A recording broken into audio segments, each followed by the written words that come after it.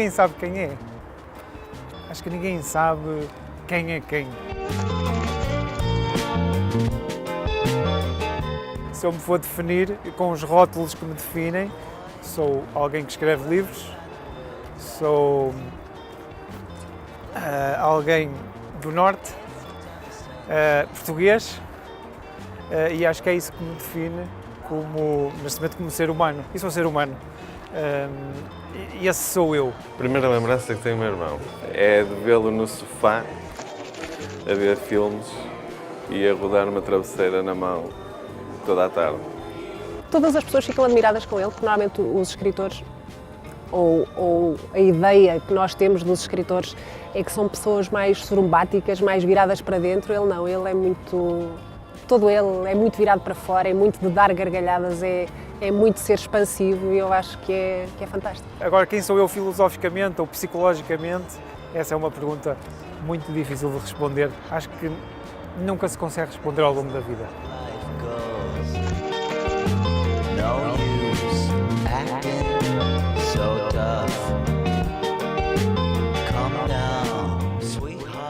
Eu queria ser realizador de cinema, depois passou-me.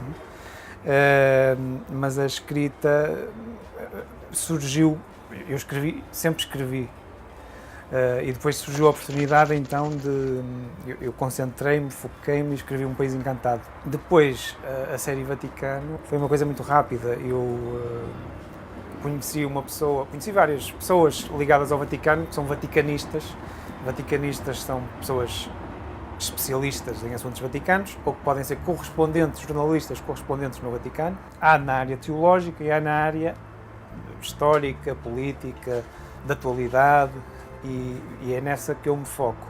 História, política e atualidade. Não percebo nada de teologia e nada de religião. O Vaticano é só o cenário, e ele depois tenta desmistificar um bocadinho aquilo que está pré-concebido na cabeça das pessoas sobre o Vaticano, sobre a Igreja, e quer fazê-las pensar.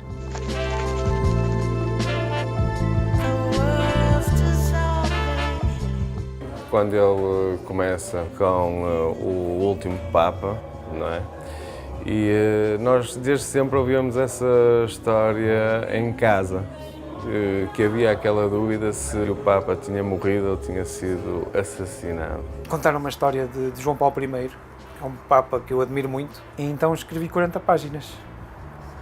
E pensei, eu não vou escrever mais, porque quero ver primeiro se alguém quer editar isto. E então enviei para vários agentes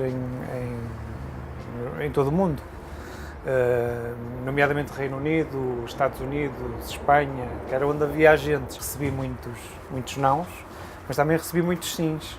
E como estávamos mesmo era outubro de 2005, estávamos à porta da Feira de Frankfurt, eu disse que quem me vender na Feira de Frankfurt será o meu agente. E uma agente de Barcelona vendeu-me para 20 editoras em todo o mundo. Eu disse, pronto, está escolhido.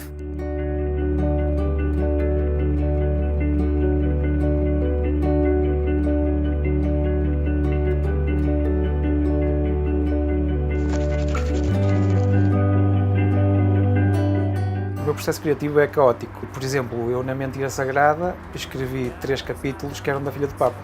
E perceber isso, isto não dá, eu não conseguia avançar, porque tinha ali 3 capítulos que eu não estava a perceber.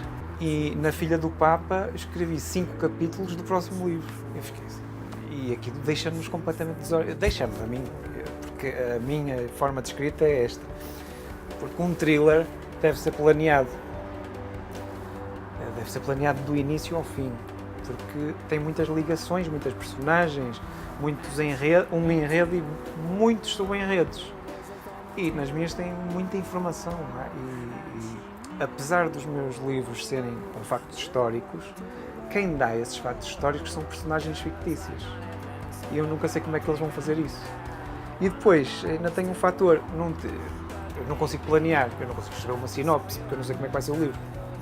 Eu só sei a parte histórica, se querem que eu conte a parte histórica, eu conto. Mas a parte ficcional eu não faço a mínima ideia como é que vai ser. This is wrong. This is from Matilda.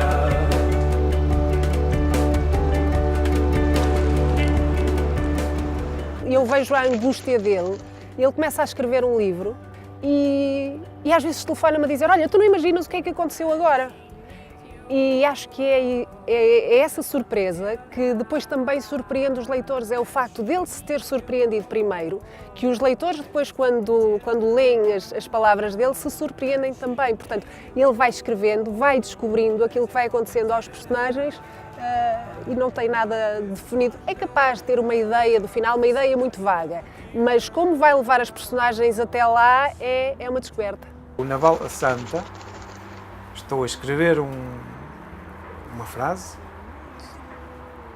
e é um agente americano, diretor da CIA, que dá um tiro na cabeça de um personagem meu, que é o Geoffrey Bynes, e eu fiquei: o que é que aconteceu aqui? Isto não pode... Eu fiquei uma semana sem escrever, porque fiquei de luto. Eu não estava a perceber o que estava a acontecer ali. Ou seja, eu escrevo, a minha escrita é muito sensorial, e se a personagem não quer estar ali, eu não consigo escrever.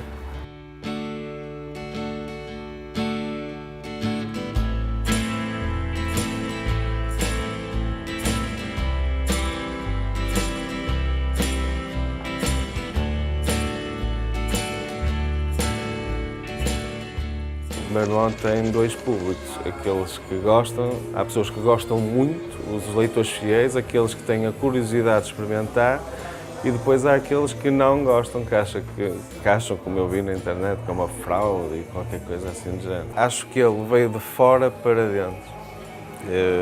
A carreira dele foi construída internacionalmente. Quando chegaram as notícias que na Feira de Frankfurt tinha vendido para 30 países no último Papa, e só depois é que lhe começaram a dar o devido valor em Portugal. Ainda acho que não chegou ao devido valor em Portugal, mas ainda há de chegar, é aquilo que eu penso. Mas Portugal é um país difícil.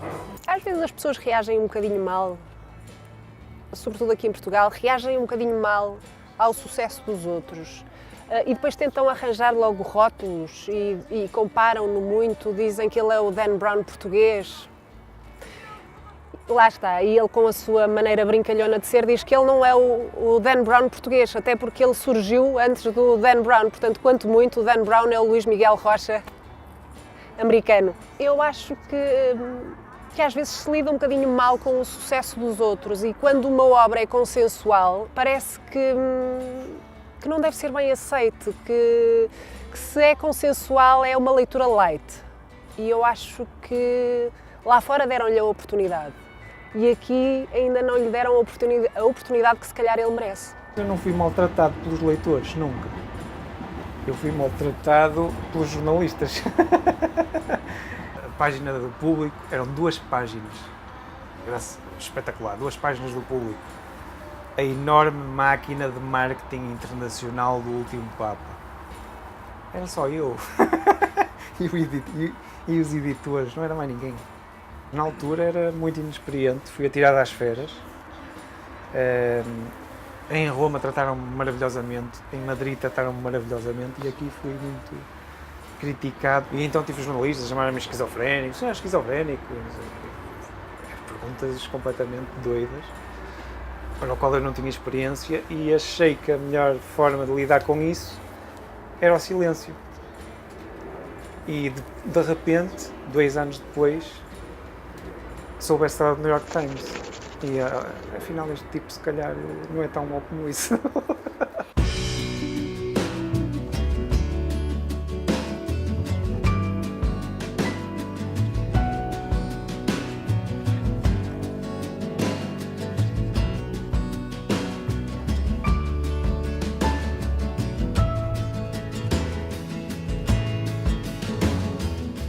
Nada é mais corrosivo que uma dúvida, imiscui-se numa palavra, num gesto, numa ausência e invade os pensamentos minando a mente com cismas e confabulações.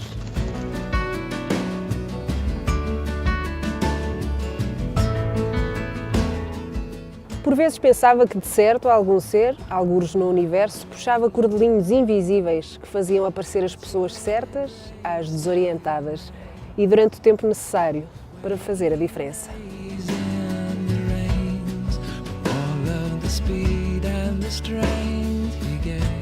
O livro A Filha do Papa é baseado num rumor de que o Papa Pio XII teve uma filha com a sua governanta, que esteve com ele com mais de 40 anos, chamada Pasqualina. A Pasqualina foi uma mulher fenomenal. Tentaram apagá-la da história, não conseguiram. Ainda hoje é muito difícil investigá-la. A Pasqualina ausentou-se durante alguns meses da convivência com Pio XII, porque ela fez tudo para salvá-lo e para salvar a imagem dele. Aquela filha nunca podia existir. E, segundo o rumor, ele nunca soube da existência da filha. Acima de tudo, é uma história de amor. E é muito engraçado porque numa religião que diz amai-vos uns aos outros, não deixa que os seus membros se amem uns aos outros. E isso é muito engraçado.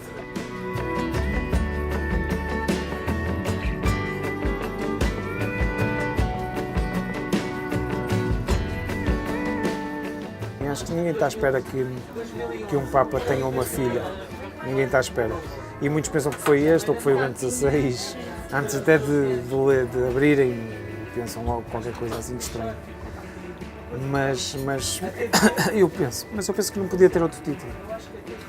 E portanto tinha que ser este.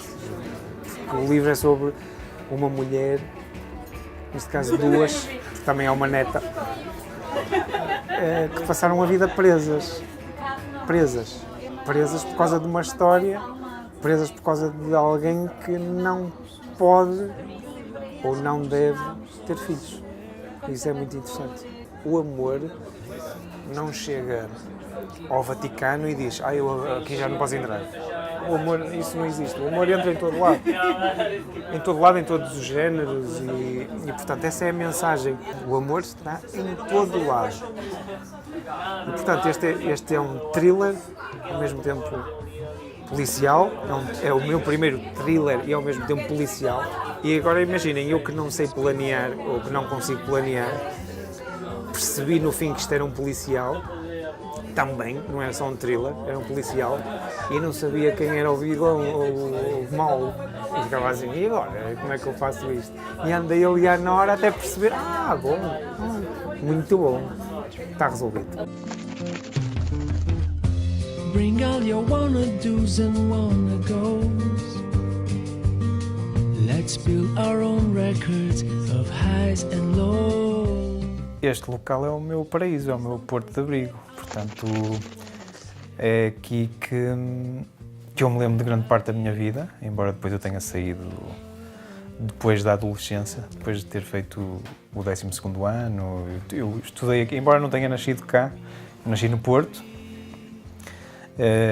Vim para cá, para Viana do Castelo, muito cedo, muito pequenino, e depois passei aqui toda a escola, toda a primária, o ensino preparatório, o ensino secundário. A minha infância foi normalíssima. Eu sempre fui muito tímido.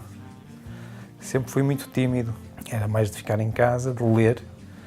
Eu era o único da família que lia. E, portanto, lia tudo o que me dessem. Os meus tios ofereciam-me livros, ou os meus pais, e eu lia tudo o que aparecia. Ele teve logo, desde muito novo, a coleção de Uma Aventura, e ele leu toda essa história, enquanto que eu queria saber de jogar à bola e outras coisas do género, e ele não, passava muito tempo dedicado à leitura. Por isso vou achar hoje uma pessoa extremamente culta.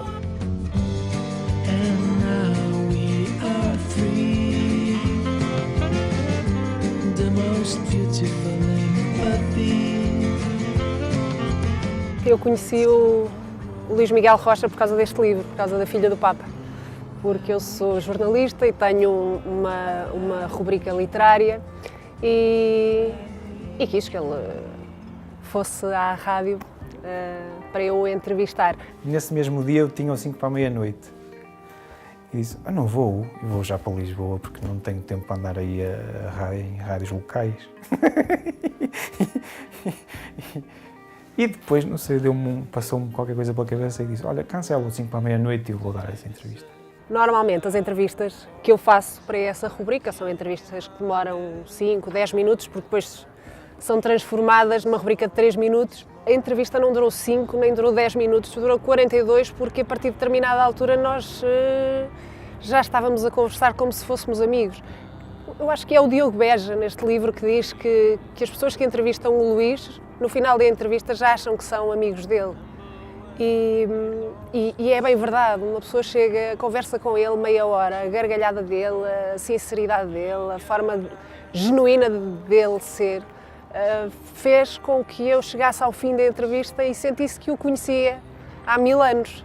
Fiquei ciente agora que o amor existe. Eu não sabia. E é isto, o amor existe. E existe de uma forma tão poderosa, tão poderosa, tão poderosa, que tu és capaz de fazer pela outra pessoa tudo. Tudo mesmo.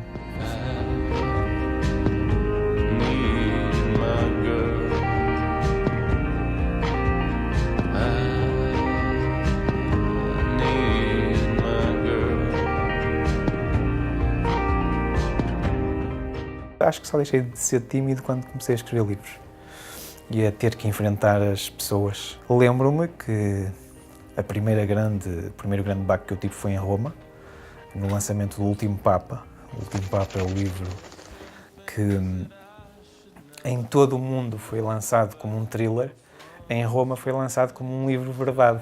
E quando chegam à conferência de imprensa, estão 40 jornalistas, jornalistas de vários países, holandeses, um até do Iraque, do Líbano, é uma coisa impressionante. E foi a primeira vez que eu cheguei e começaram-me a tirar fotografias, como se eu fosse uma estrela. E faço assim, e põe-se assado. Eu fiquei assim, o que se passa, quem sou eu? E depois sentei-me para responder às perguntas e havia lá muitos jornalistas de investigação e alguns disseram que anda há 20 anos a investigar este caso da morte de João Paulo I e é o primeiro livro que vai para além, que não me deixa no muro onde eu estava, vai para além. Apesar de ser um livro de ficção, a plausibilidade é essa deste livro. O livro é de tal maneira credível que no Vaticano é dito pelos vaticanistas, é um livro que toda a gente leu, mas ninguém leu. Portanto, é essa a ideia. E a primeira pergunta que me fizeram, que foi a pergunta que eu acho que salvou a conferência de imprensa, porque eu estava muito tenso e não estava preparado minimamente para uma coisa daquelas, foi qual é a sua formação teológica para escrever um livro destes? Quando estamos a falar de um assassinato, de um homicídio, de um policial, não é? E a minha resposta foi, o meu pai chama-se José e a minha mãe chama-se Maria. E toda a gente se riu e acabou ali, pronto, começou tudo ali. O ambiente ficou fresco, ficou bom, ficou muito bom. E perceberam, está aqui este tipo é porreiro.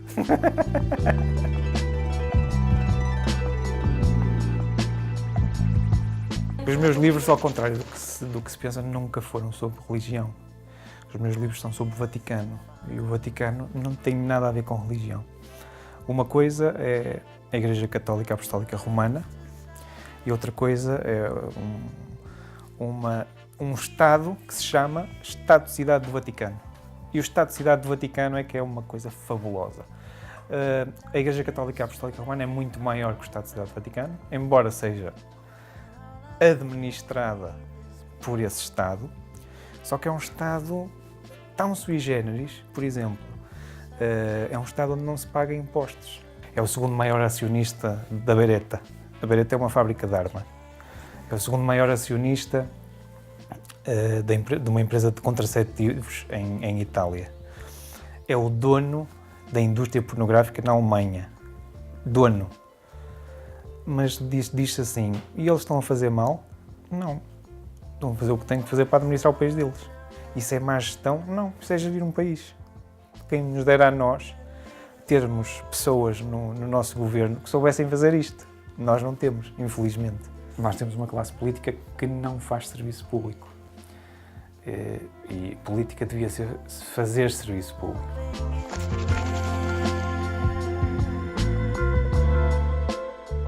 Eles estão a fazer uma coisa qualquer que é a economia, que se chama economia, que nós não sabemos o que são, mas eles também não. Eles também não sabem o que é. E os economistas também não sabem o que é.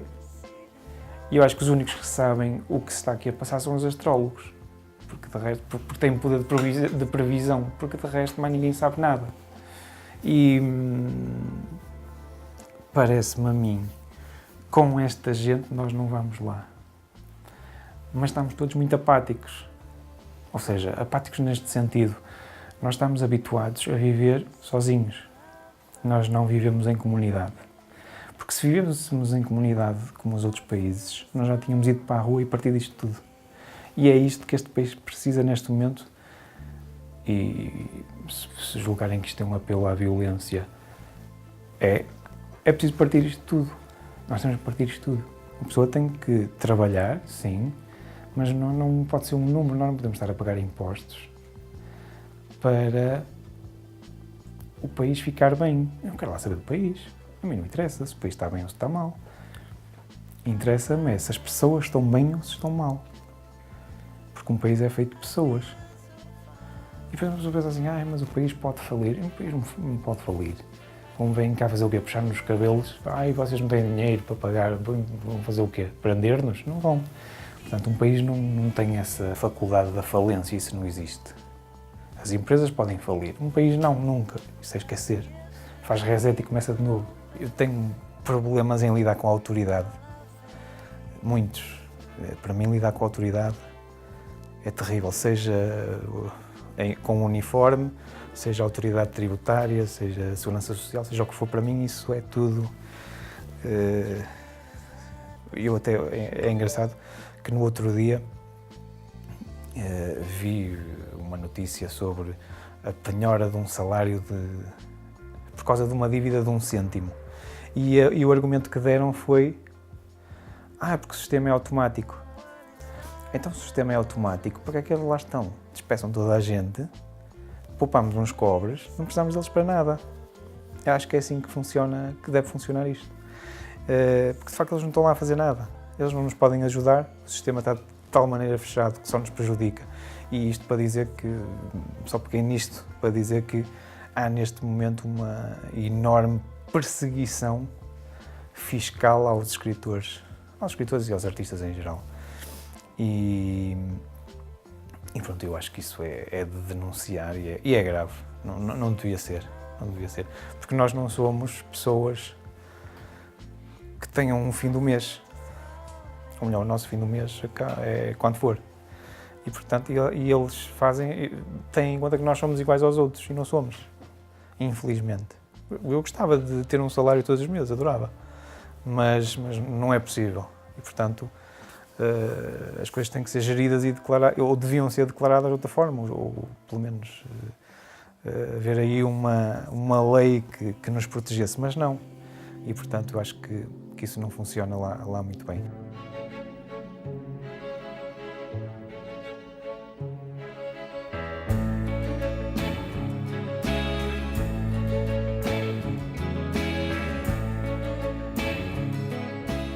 Ele sempre teve a noção do que queria atingir e sempre soube que caminho queria seguir. Isso, sem dúvida alguma, foi ser o escritor que ele quis e conseguiu, felizmente. O escritor é absolutamente notável. Acho que toda a gente diz que quando começa a ler os livros dele que devora o livro, não é? Não consegue parar. Enquanto escritor, acho que tenho o dom de criar mesmo imagens nas palavras. Como pessoa, sou absolutamente suspeita para falar, mas como pessoa são, para mim, aquilo que eu gostei mais nele e que gosto são os olhos. A cor dos olhos, obviamente, mas a forma como ele olha para as pessoas, a forma como ele olha para mim e, sobretudo, a forma como ele olha para os meus filhos. E depois há aquela gargalhada absolutamente fantástica que não passa indiferente a ninguém.